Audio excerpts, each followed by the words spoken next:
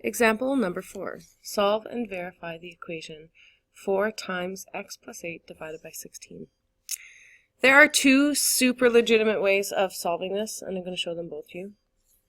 The first one, what we want to do is use our happy little rainbows that we learned in the polynomials unit to distribute the 4 and then solve that way.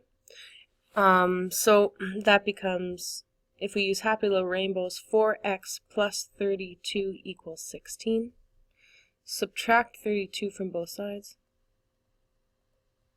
So we're left with 4x equals negative 16.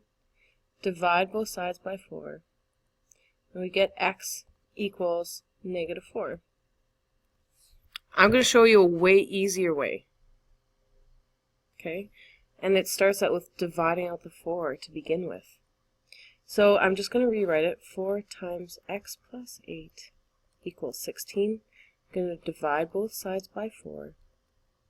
So I get x plus 8 equals 16. Just joking. I mean 4, because 16 divided by 4 is 4. I'm going to subtract 8 from this side, subtract 8 from this side of the equation. So x equals negative 4. We get the exact same answer, but we went a totally different route. Personally, I like this. This feels more elegant to me. Because the distribution is just kind of like a hotbed of potential mistakes, especially if there's a negative out in front. People forget to distribute the negative all the time. So this for me makes more sense, but do you know what? For some people this is going to make more sense, so it was worth showing both. Regardless of how you solve it, we need to verify. So we have our left-hand side and our right-hand side. And I'm going to write the left-hand side of the equation, 4 times x plus 8, and the right-hand side is 16. I'm going to put in negative 4 for my x, so 4 times negative 4 plus 8. We've got to use our BEDMAS again, so 4 times negative 4 plus 8 is positive 4. 4 times 4 is 16. Left-hand side equals right-hand side. Woot woot. We're happy. And our last example. Solve and verify this equation as per usual. There are going to be two ways that we can do this. We can multiply through each term, so the 9, the negative 10, and the k divided by 10 by the lowest common denominator. Okay, which will be 10 in this case because the implied denominator on the negative 9 and negative 10 is 1. But personally, in this way, I like going back to the old reverse BEDMAS. I'm just going to put a box around the term with the variable embedded in it, and I notice that 10 is subtracted from it. So I'm going to add 10 to both sides. Okay. So negative 9 plus 10 is 1. Negative 10 plus 10 is 0. Plus k over 10. Now what I want to do, you've seen this kind of equation before. Multiply by 10. Multiply this side by 10. 10 divided by 10 is 1, so what's left over on this side is simply k. 10 times 1 is 10, and we have an answer, folks. Woohoo! If I were to do this another way, okay, what I would do is I would multiply through by the lowest common denominator. I'm just going to show you this way. I'll be more explicit in a different video exactly how to do this.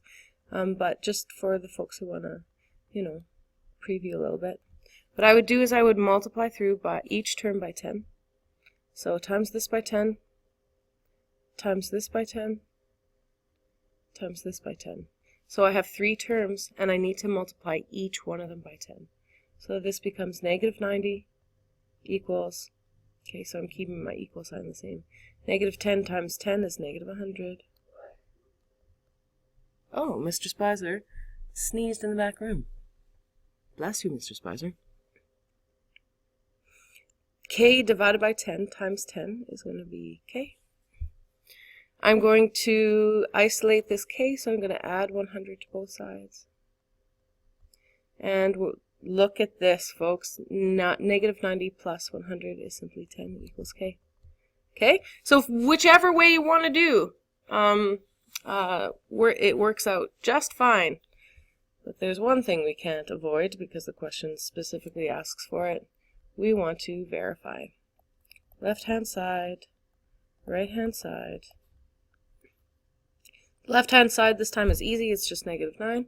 The right-hand side has a little bit more to it. Negative 10 plus k over 10. I'm going to substitute in my 10 for the k. Negative 10 plus 10 over 10. 10 over 10 is simply 1, so negative 10 plus 1 is negative 9. Left-hand side equals right-hand side. We're happy. So, in summary, in general, first isolate the term with the variable by 1, adding and subtracting, 2, multiplying and dividing, and then I'm going to put in brackets 3 exponents. Because we have seen that in the previous unit, but we're not going to see that here. And I'm going to write, but sometimes it is easier to multiply and divide first.